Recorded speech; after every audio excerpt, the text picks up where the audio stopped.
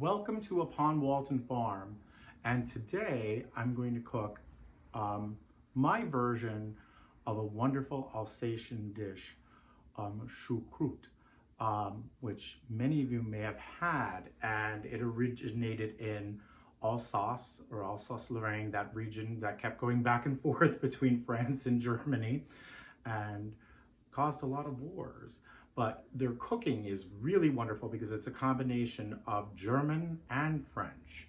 And so this is a pork roast done a la choucroute. And I'm going to show you in a minute. My bacon has been slowly rendering its fat, and it just smells wonderful in here. And I want to show you the beautiful pork roast I got and what a good job my butcher did. I actually didn't do this. My butcher tied it and Frenched it quite beautifully. And so here is the pork roast. And if you see how beautifully the butcher Frenched it and tied it, he did an excellent job. And I didn't even have to ask for it done. When they had a pork roast in the case, already done and tied, and I said, that's what I'm cooking today. So the very first thing, I have salt and peppered the pork, and that's it, okay? What I have been doing is I've been slowly browning some bacon, and now I'm going to put it up to a higher temperature to get the oil hot, because we're going to brown the roast in the bacon. And so at this point, I reserve the bacon because it's going to go into the dish later. So I'm going to let my fat get quite hot. And again, I'm doing this all in one pot. If you've seen some of my other episodes, I'm trying to minimize the mess in the kitchen and the cleanup. And this is a dish, really the whole meal practically, other than serving a green vegetable, is going to go into one pot. And because of the sauerkraut that goes into this, you necessarily don't have to serve a green vegetable because you're getting some really good cabbage.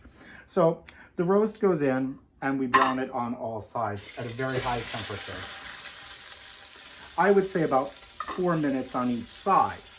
And don't move it. Wait until it crystallizes. If it loosens itself, that's ideal, but you should just need to move it a little. If it's still sticking, that means it has not done its job yet. So we're going to brown it on all sides. Now that the roast is beautifully browned, I'm going to remove it, and in the same liquids, and because there was a decent amount of fat on the roast, and if you can see how beautifully brown, that's about the color you want. So it was about 4 minutes on each side, all sides. I immediately put 1 chopped onion into the fat,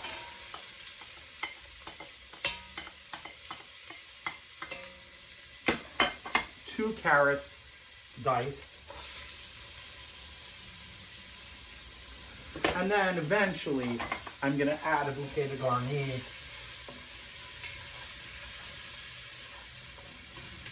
and some apples and some potatoes. Really, almost everything you need for this meal is all in one pot. A real choucroute or choucroute would have a lot of different meats in it. It would have sausages, it would have pork. It always does have some type of pork roast or pork ribs. But you would have sausages, sometimes ham. Really, quite a lot of different things go into it. And so this is my take on it. I am using some fruit because I think fruit and pork go beautifully well together. And so I'm using apples today. I'm using also some chopped prunes. And one thing I love, and it's to flavor the sauerkraut, is currants. They're really delicious. So what I'm going to do is I'm going to cover this just to sweat it a little bit. I'm going to put a sprinkling of salt in. That's going to help it. And a little bit of pepper. And just stir it around. And you just want everything to become a little translucent. Because I am going to add some Armagnac. And so I will flame it a bit. And that is going to be the next step before the sauerkraut and the apples go in. So I'm going to cover it for a few seconds. When I had choucroute, it was actually in Paris. It wasn't in Alsace.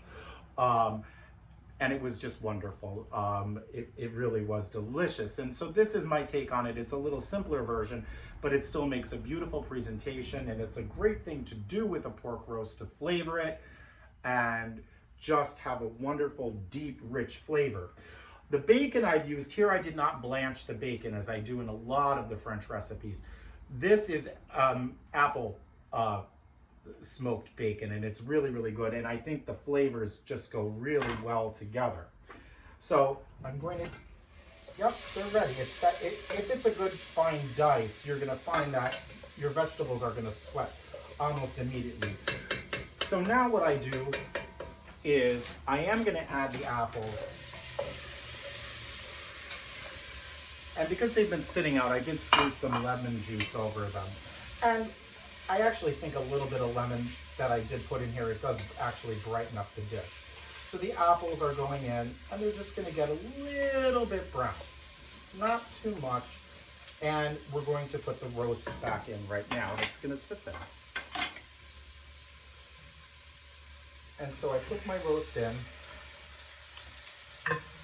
And the Armagnac, which is basically an apple flavored brandy, I'm gonna pour over. And it's gonna help to glaze the pan and give us a lovely flavor to our sauce later. And we ignite it. Oh, it doesn't wanna light.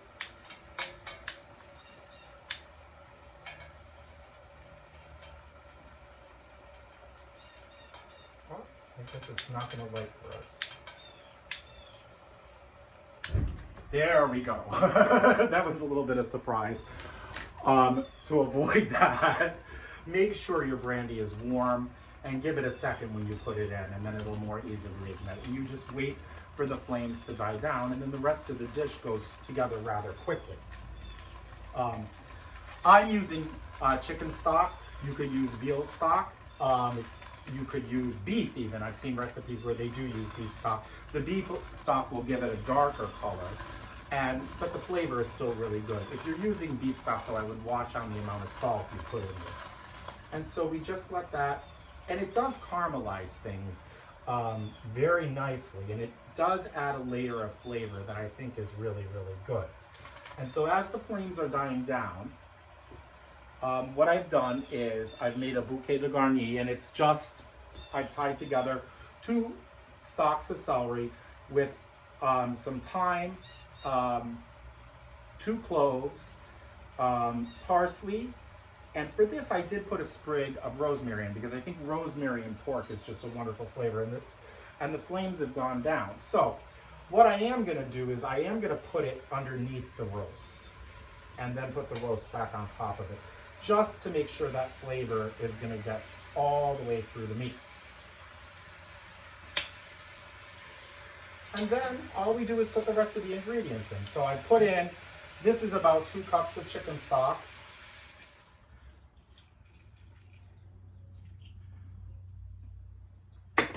And then 1 clove of garlic. And then we're gonna put the sauerkraut that I put the bacon with. What I'm gonna do actually is I'm gonna stir it around a bit, so I am gonna remove the roast, just to get everything combined. So your sauerkraut and bacon goes right in. And I have rinsed the sauerkraut. All the recipes for choucroute say to rinse the sauerkraut. My Polish grandmother, and my mother for that matter, they all rinse their sauerkraut, so I rinse my sauerkraut. If you don't rinse it, it will be more tart. With this dish, because of the fruit, the dried fruit that's going in, it would give you a sweet and sour flavor. And so I'm gonna add a little bit of pepper, and I'm just going to add a pinch of salt, only because the sauerkraut has a great deal of salt in it. Even though we've rinsed it, there's still gonna be salt. So what I'm putting in is 1/3 of a cup of chopped prunes. And if you don't like prunes, you can omit them. I think prunes and pork are delicious together. Figs would be very good in this. And then, or you could use raisins. That would be very nice too. And now I'm using currants, which I love the flavor of. They're just, I use currants quite a lot in my cooking. So you want to stir it through and get it all through the sauerkraut. So I put my roast in a little too soon. And my apples are already getting nice and soft. This really is, when it comes to flavor, this dish packs a huge punch. The apples, the sauerkraut, the carrots, the onions, the garlic, the bacon, it really is. This is a fantastic and flavorful dish. So now my pork roast is gonna go back in, and then I'm gonna put some potatoes around it, and they're basically gonna steam. I found these lovely small potatoes, which I'm gonna show you. They're not quite like the mini or small potatoes or pomme de terre de noisette that you would find in a bag. They're a little bit bigger. And most choucroute will have potato in it, and so that's why I've done this. And so they're just I'm gonna scatter them around. If you feel you need more liquid, you can add some at this point, or check it while it's cooking. It's gonna cook slowly for 2 hours in a 325-degree oven. If you're using an aga, I would put it on the base of the roasting oven. And so all you do at this point is you cut it, and you're gonna stick it in the oven, and you're gonna have an unbelievably delicious pork roast. Welcome back, and now we're ready to assemble the final dish. It smells amazing in here. What I've been doing, if you would like a sauce, you could serve it in its natural juices that have collected in the pan. But what I've done is I have made a roux of about 2 tablespoons of flour to about 2.5 tablespoons of butter to 3. I always like to have a little extra butter just to make sure that it's smooth for the proportions. And you want to get it to a nutty brown color. You don't want it to burn, because then your sauce is going to taste burnt. So just a nutty color, and I'm just warming it here, and I'm putting it off to the side a little. And now another little trick. The beautiful potatoes that were in the roasting pot, I pulled them out, and to make them glisten, what I did was I just melted some butter, and I cut up with scissors some fresh chives, put it in the butter, and poured it over the potatoes, and they will look beautiful. You don't need to do this step, it's an extra step. It really is more visual than anything. So now we're gonna pull it out, and we're gonna see if everything went well. It smells like it did, so I'm very excited. And let's see. Put it way down. With an aga, you have to be careful that your hands don't hit the side of the walls. That's perfect. It looks absolutely perfect. It's stunning. I'm going to show it to you. Beautifully browned, nice nut color. So what I'm going to do now is I'm going to assemble everything. So the first thing I'm going to do is I'm going to pull the roast out, because I want to make a nice presentation. You could just put it all on one platter right now, but I am going to separate things, and I do want to have a nice sauce for this. So all I do is I take the roast out, untie the string, and it's going right into my 220-degree oven just to keep warm. In the aga, it's like the slow cooking oven. And from now, what I'm going to do, over very, very low heat, I pulled with an aga, I pull it just to the side, because I am going to strain the sauce for this to make a lovely, lovely sauce. At home, if you're working with either shut the flame off if you have gas, or if you're doing any other kind of electric or something else, just remove it from the heat, because you don't want it to boil yet. But we're going to strain it.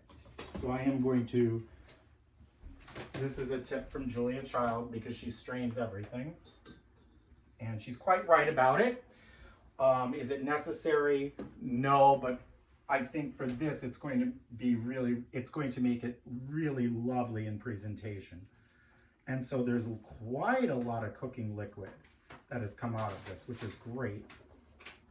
And I'm doing it this way rather than having several pans and pots. Just immediately, I put the strainer over, and I did spill a little. And we'll mop that up in a bit. And so now that we have this, leave everything in the pot to stay warm, cover it while you make the sauce. So it was a little messy. And so I'm just gonna put the lid on and it's gonna stay warm. And now I'm gonna put it on a higher heat and I'm gonna reduce the sauce. So I put it directly into the roux and you're gonna see I'm gonna whisk it. So let me remove the other pot, but and it's a beautiful color. It really, really is. And I'll show you in a moment. It just looks perfect. So in a small saucepan, I'm just whisking my roux with the cooking juices. That's it. I've not added anything extra. There was quite a lot. And so just until it begins to thicken. I don't want it too thick. And that looks just about right. We'll let it just come to the boil. And I'm going to taste it. This is perfect. The consistency is perfect. So I'm just going to taste it to make sure if it needs any seasoning. It probably will not.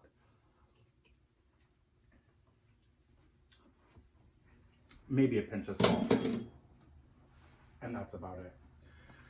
Another trick is if you want a gorgeous sheen to your sauce, add about a tablespoon of butter at this point and whisk it in over moderate heat. Don't let it come to a boil again. Just off to the side, put it in, and you're going to have a beautiful sheen to your sauce. It's a great trick. So now I'm going to put everything together so that you can see how lovely this is. It makes such a beautiful presentation in the dining room. So my sauce is going to go off to the side. And I'm going to start with the sauerkraut. I'm going to create a bed of sauerkraut to put this on. And I hope you can, that's very good. You can see nicely, very nice. So,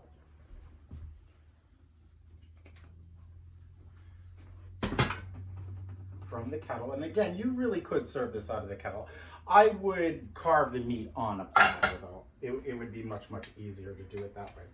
So we're just going to spoon it all into, I have this nice French serving dish, and it's deep. For something like this, you want it to be rather deep. And we're gonna put it in.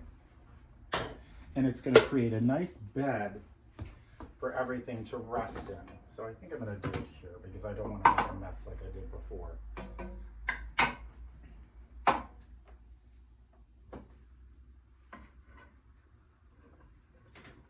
And there it goes. And there's my garlic and bouquet de garni. I'm gonna get the rest of this out. And it's a wonderful side dish. This sauerkraut, if you don't like sauerkraut after eating this, you'll never like sauerkraut. I love sauerkraut. It is very good for you actually. And it's very nutritious. You know, all of these old dishes, it's amazing. From France straight through Eastern Europe, what you can do with sauerkraut is amazing. It's in basically all cookery from France as you go eastward. Every country has things that you can do with the sauerkraut. So I'm going to pull the bouquet de garni out. There it is, and the garlic clove. If there's anyone who likes a lot of garlic, they can eat that. And so this will just go aside. So we spread it out, and these are these gorgeous apples. Some recipes say to cut the apples small, but really I put them in big pieces so you could still see them because they're really, really beautiful. Also, what I have not done in cuisine classique, you would of course peel the apple. I have not done that.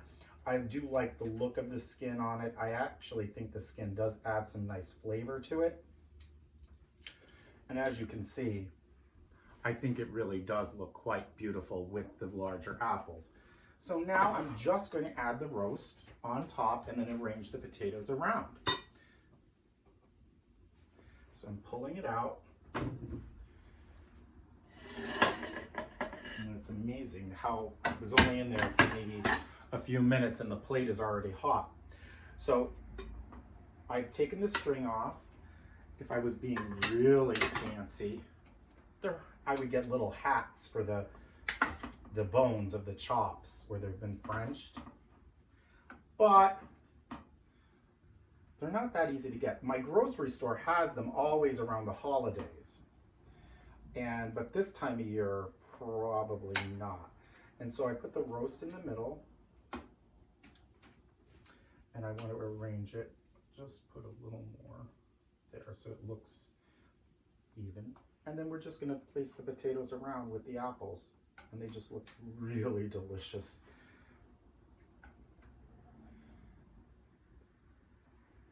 It's amazing that something that's just basically cooked in one pot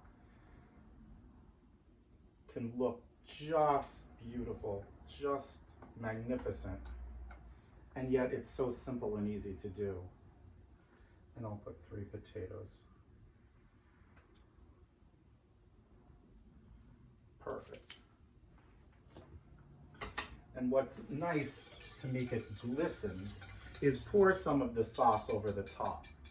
Just a little, because you still want to see the brown, the beautifully brown meat, but just a little. It looks nice in the dining room this way. And of course, some chopped parsley. Just a little. It adds a little bit of color. The chives on the potatoes too look very nice this way. And I always like parsley. It's, believe it or not, it has tremendous antiseptic qualities to it when it's fresh. When you eat it uncooked, it's actually quite good for you, but there you have it. Root pork à la choucroute. Bon appétit.